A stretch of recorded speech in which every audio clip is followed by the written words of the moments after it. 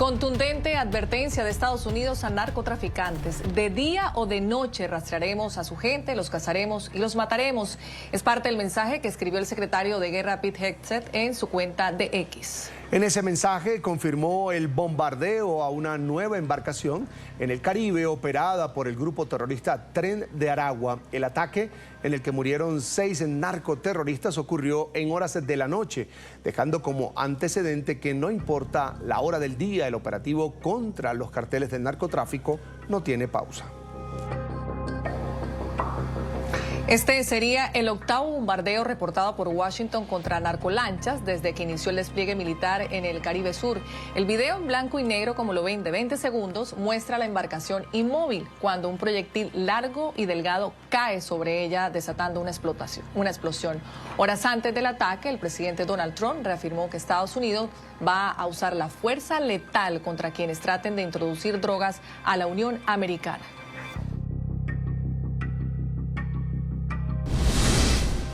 Durante la noche, siguiendo instrucciones del presidente Trump, el Departamento de Guerra llevó a cabo un ataque cinético letal contra un buque operado por el Tren de Aragua, una organización designada como terrorista que traficaba con narcóticos en el Mar Caribe. Según nuestra inteligencia, el buque estaba involucrado en el contrabando ilícito de narcóticos, transitaba por una ruta conocida de narcotráfico y transportaba narcóticos. 6 narcoterroristas varones se encontraban a bordo del buque durante el ataque, que se llevó a cabo en aguas internacionales y fue el primero en realizarse durante la noche. Los 6 terroristas murieron y ninguna fuerza estadounidense resultó herida en este ataque. Si es un narcoterrorista que trafica con drogas en nuestro hemisferio, le trataremos como tratamos a Al-Qaeda. De día o de noche, mapearemos sus redes, rastrearemos a su gente, le daremos caza y le mataremos. En medio de estas operaciones contra los narcoterroristas, el Comando Sur de Estados Unidos publicó hoy en su cuenta oficial de X un video que muestra las operaciones de las fuerzas militares desplegadas en el Caribe. Las imágenes están acompañadas por un mensaje en el que se afirma que son las fuerzas de combate más capaces del mundo.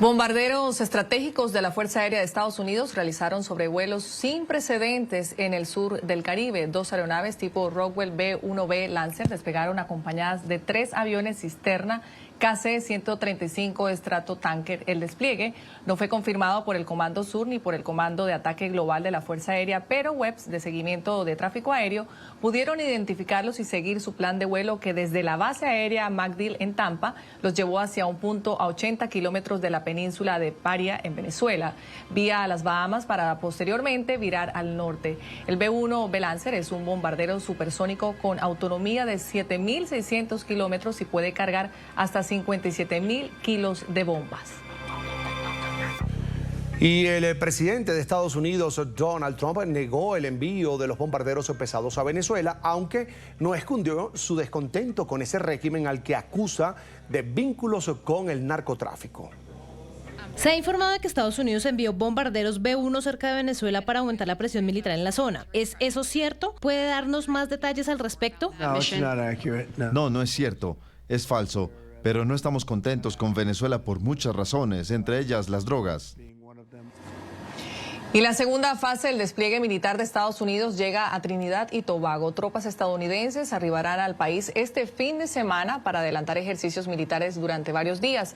Así lo anunció el Ministerio de Exteriores trinitense este viernes. Las primeras tropas llegarán el domingo a Puerto España, la capital, el destructor USA Gravely. Luego seguirá la unidad expedicionaria 22 del Cuerpo de Infantería de Marina. La primera ministra de Trinidad y Tobago, Kamla Persad-Bissessar, ha expresado su apoyo al despliegue de tropas militares a sus aguas, apoyando así el objetivo del gobierno Trump de un cambio de régimen en Venezuela.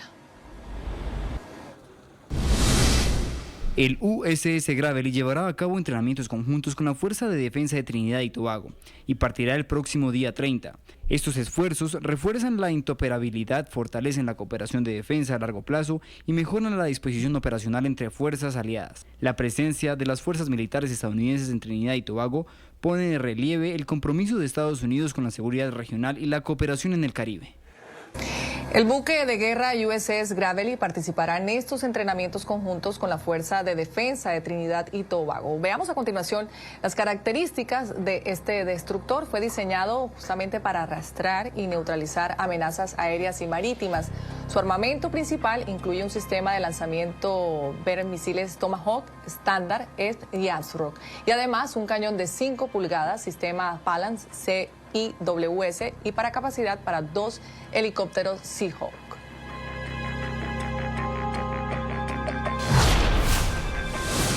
El Tomahawk es un misil de crucero subsónico que puede lanzarse desde un submarino sumergido o desde la cubierta de una fragata lanzamisiles.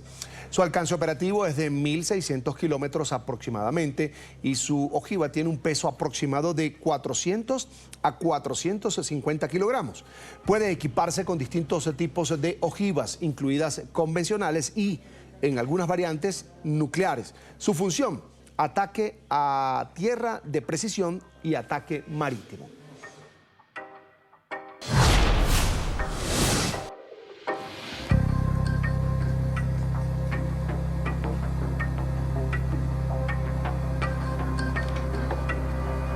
El buque de guerra USS Gravely también tiene entre su armamento misiles estándar. Este proyectil cumple múltiples tareas de defensa. Hablamos de defensa aérea a larga distancia contra aviones, misiles y, en el caso del estándar SM-3, misiles balísticos en la fase intermedia. El buque de guerra USS Gravely también posee misiles ASROC. Cumple función de ataque contra submarinos y torpedos que pueden ser lanzados desde un barco.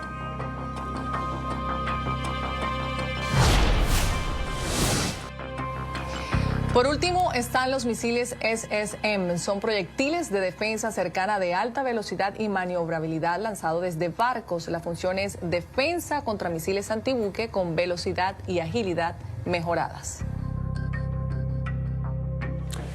En el programa A la Noche de NTN 24, Santiago García, consultor y experto en seguridad, describió las capacidades operativas del buque de guerra USS Gravely y la clase de armamento que posee. Según García, en minutos podría acabar con el poco armamento que tenga el régimen de Venezuela.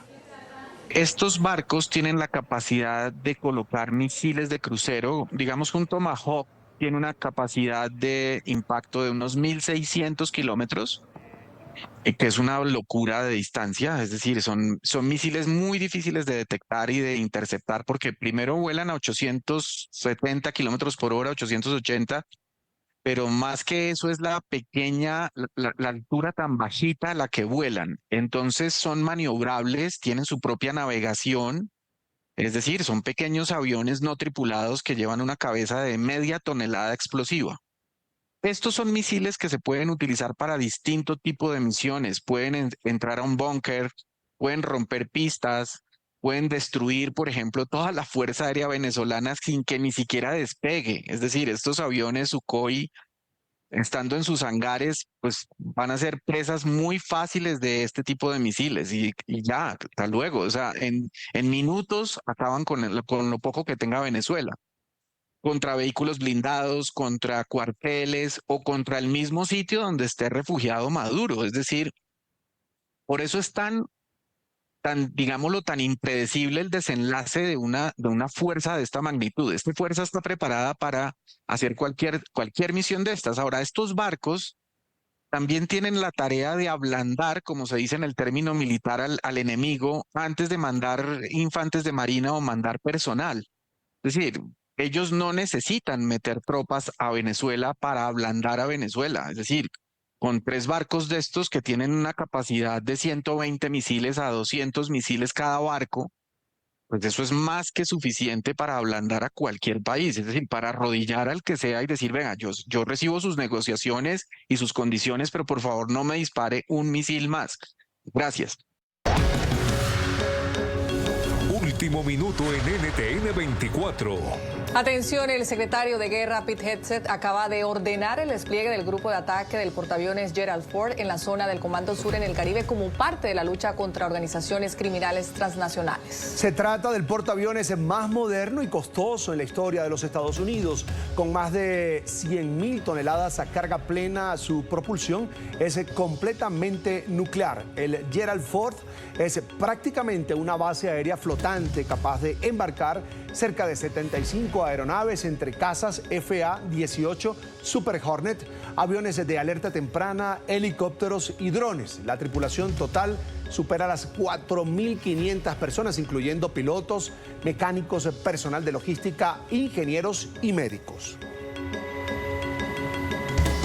El secretario Hegseth explicó que el grupo de ataque de este portaaviones muestra el poderío naval de Estados Unidos, fortalecerá y ampliará despliegue militar de Washington en el Caribe como parte de sus tareas contra el narcotráfico y desmantelar las organizaciones narcoterroristas. En apoyo a la directiva presidencial de desmantelar las organizaciones criminales transnacionales y combatir el narcotráfico en defensa de la patria, el secretario de Guerra ha enviado al grupo de ataque de portaaviones Gerald R. Ford y a la escuadra aérea embarcada al área de la responsabilidad del Comando Sur de los Estados Unidos. La mayor presencia de las fuerzas estadounidenses en el área de responsabilidad del Comando Sur de los Estados Unidos reforzará la capacidad estadounidense para detectar, monitorear y desmantelar a actores y actividades ilícitas que comprometan la seguridad y la prosperidad del territorio estadounidense y nuestra seguridad en el hemisferio occidental. Estas fuerzas fortalecerán y ampliarán las capacidades existentes para desmantelar el narcotráfico y reducir y desmantelar las organizaciones criminales transnacionales.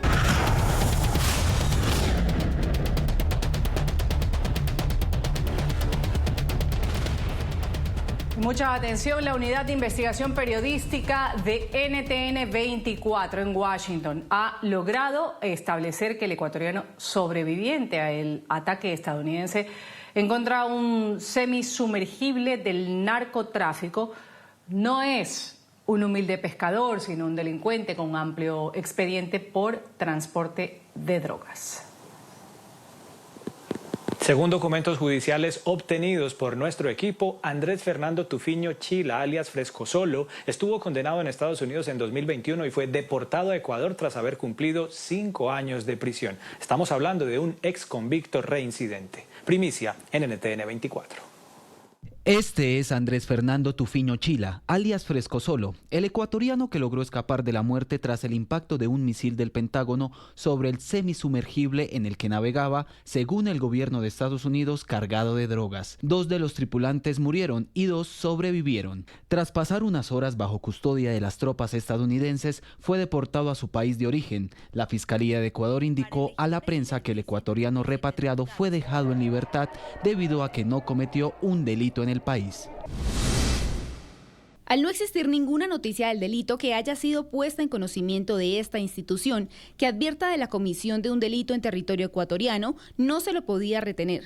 Tampoco tenía procesos pendientes en su contra. Pero Tufiño no era un pescador inocente, sino un criminal reincidente. Fue condenado en una corte federal de Estados Unidos por narcotráfico marítimo y deportado a Ecuador luego de cumplir una sentencia de 5 años en prisión. NTN 24 tuvo acceso al expediente en Estados Unidos que muestra claramente que Andrés Fernando Tufiño Chila fue condenado en una causa penal. El archivo judicial detalla que el 6 de septiembre de 2020, Tufiño Chila, identificado como el capitán de la embarcación GFV-1, fue interceptado en el Océano Pacífico con 1 tonelada de cocaína oculta en el interior de la lancha, justo cuando estaba al este de la isla francesa Clipperton. Una aeronave de patrulla marítima detectó la GFV-1 aproximadamente a 330 millas náuticas al este de la isla Clipperton, Francia. La isla Clipperton 16 es un atolón de coral remoto y deshabitado. Se encuentra a aproximadamente 2.000 millas de Ecuador 17 y 700 millas de México. Basado en mi capacitación y experiencia, esta es un área conocida de narcotráfico. Según los documentos judiciales, Fernando Tulfiño viajaba junto a otros 2 sujetos que declararon ser también ecuatorianos. El objetivo habría sido reunirse en alta mar con una segunda embarcación de alta velocidad que fue interceptada en la misma operación. En esta viajaban 3 personas procedentes de México. Supuestamente iban a pescar tiburones, dijeron a las autoridades. Sin embargo, el expediente muestra que en la cubierta fueron halladas motosierras, hachas y martillos. La GFV-2 tenía herramientas como la motosierra y las hachas para acceder a las drogas en el doble fondo, y los tripulantes mintieron sobre el propósito de su viaje como pesca, ya que estaban lejos de los caladeros mexicanos, no tenían el equipo apropiado y no tenían cebo ni captura a pesar de viajar durante horas o días desde México. Basado en mi capacitación y experiencia, creo que la GFV-2 estaba planteando reunirse con la GFV-1 para transferir la cocaína y entregarla a México. La motosierra, 17 hachas, martillos, barras de palanca y otros equipos de la GFV-2 se iban a utilizar para cortar la cubierta de la GFV-1 y acceder a la cocaína que estaba oculta debajo. Luego, esta cocaína iba a ser transportada por la GFV-2 a México. Tras ir a juicio en una corte de California, Tulfiño Chila se declaró culpable de conspiración para distribuir cocaína a bordo de una embarcación. El 6 de diciembre de 2021, la corte le impuso una pena de 5 años de prisión y una vez cumplida su sentencia, fue puesto en libertad bajo la condición especial de ser deportado a su país de origen. No tardó en reincidir. El pasado viernes 17 de octubre se volvía a embarcar, esta vez en un submarino. El otro sobreviviente también repatriado fue el colombiano Jason Obando Pérez, quien llegó con un traumatismo cráneoencefálico y varias heridas producto del ataque del Pentágono. Mientras permanece en un hospital, las autoridades colombianas indicaron que será procesado por la justicia como un presunto delincuente que estaba traficando drogas. Pero este no es el único caso de delincuentes reincidentes a bordo de los narcobotes que han sido atacados por Estados Unidos. Tras uno de los bombardeos, el presidente Gustavo Petro dijo que uno de los abatidos, Alejandro Andrés Carranza Medina, era un pescador, no tenía vínculos además con el narcotráfico, según Petro, pero el nombre de Carranza Medina, alias Corroncoro, aparece en archivos judiciales en Colombia por el robo de 264 armas de la policía, esto ocurrido en Santa Marta en el año 2015. Fueron capturadas 7 personas y Carranza fue el único civil involucrado. Los expedientes lo relacionaban directamente con la banda criminal conocida como los Pachenca. Pero a pesar de casos como los anteriores, Gustavo Petro sigue considerando que los tripulantes de las narcolanchas atacadas son pobres e inocentes. Y más aún, Petro dijo que son obreros del narcotráfico que por necesidad prestan un servicio. Escuchen ustedes. Y entonces decirle a estos lancheros narcotraficantes, pues idiomáticamente, en mi opinión, son obreros del narcotráfico. Igual que hay campesinos que terminan dándole insumos a través de la hoja de coca por un dinero y por su situación de pobreza. Desde Caracas, Nicolás Maduro ha insistido en sus intentos de hablar en inglés. Además, ha lanzado algunas afirmaciones realmente insólitas, al menos así se entienden. Empecemos a revisar. En primer lugar, Maduro, quien ha ordenado el cierre, la censura y la persecución, como conocemos a centenares de medios de comunicación en Venezuela. Sí, Maduro, el mismo que tiene asfixiada a la prensa libre y ha llevado a la cárcel injustamente a decenas de periodistas. Ese mismo Maduro, que monopoliza los canales estatales venezolanos, ahora insulta y se queja por el reciente cierre de su cuenta en YouTube.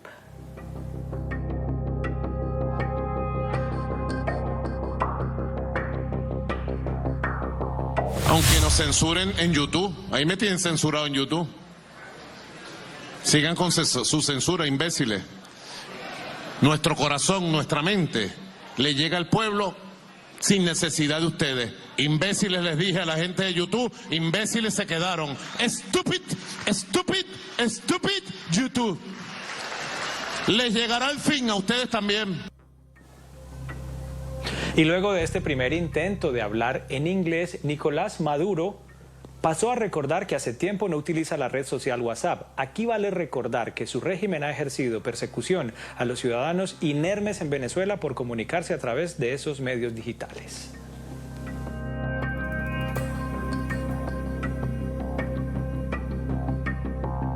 Yo no tengo ese problema, porque yo no tengo WhatsApp. Yo me liberé de WhatsApp. Yo agarré el WhatsApp y le dije, vete de mi vida, WhatsApp, no te quiero, me estás espiando. Chao de aquí. Y lo boté. Está bien votado WhatsApp.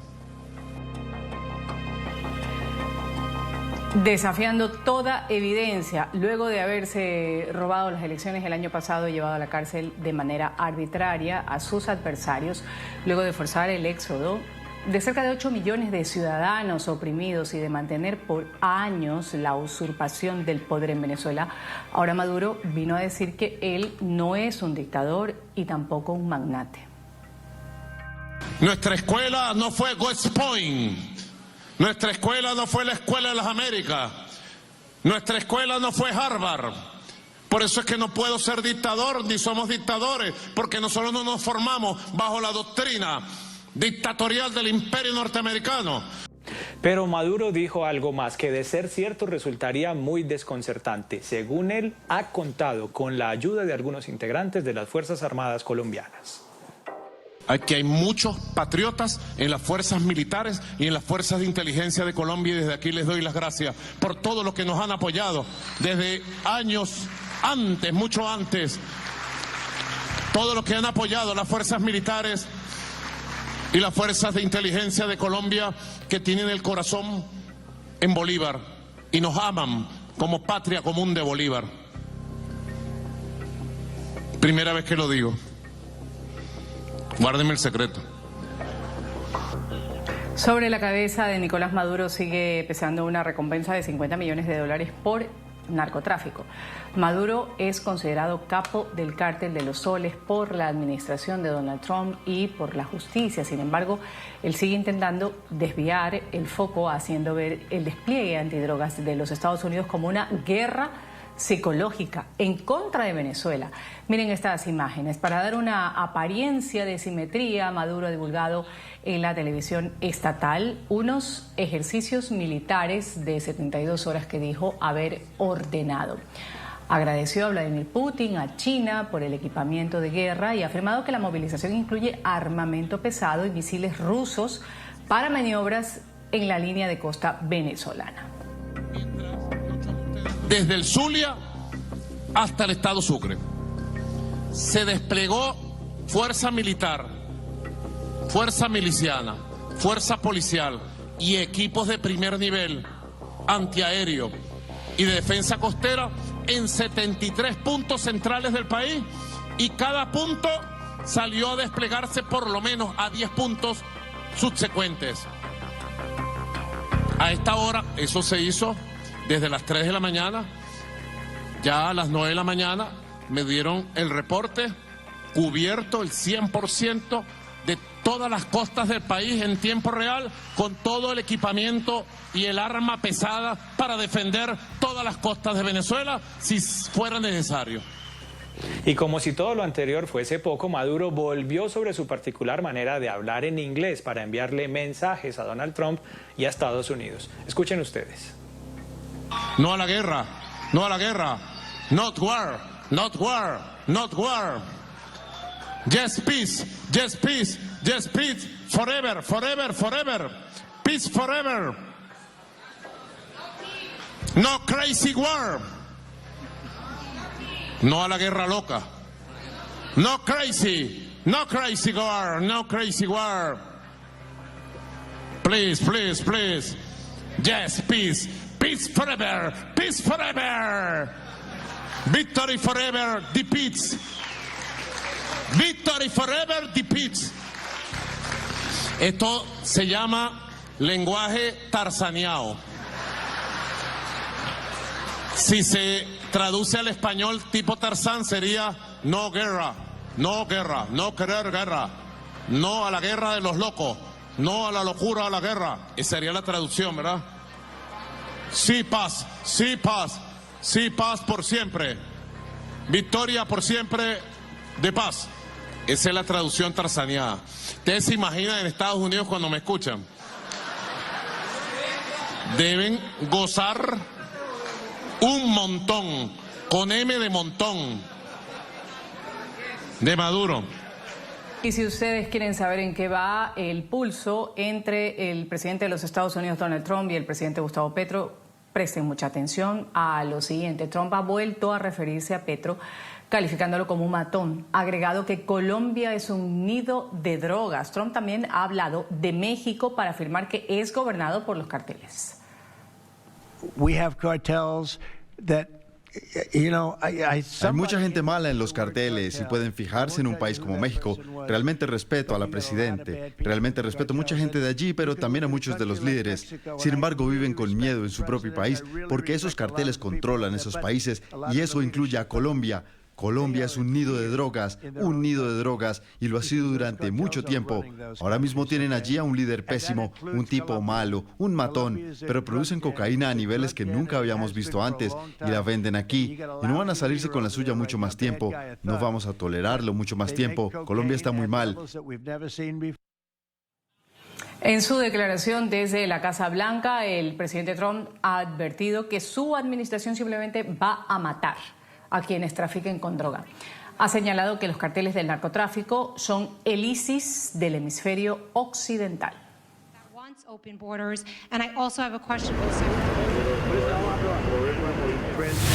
Con bandas transnacionales, estos grupos han desatado más baños de sangre en suelos estadounidenses que otros grupos terroristas combinados. Son lo peor de lo peor. Ahora debería estar claro para todo el mundo que los carteles son el ISIS del hemisferio occidental, en adición a su monstruosa violencia como cortar las cabezas y quemar a sus enemigos vivos y quemar gente inocente viva, de hecho.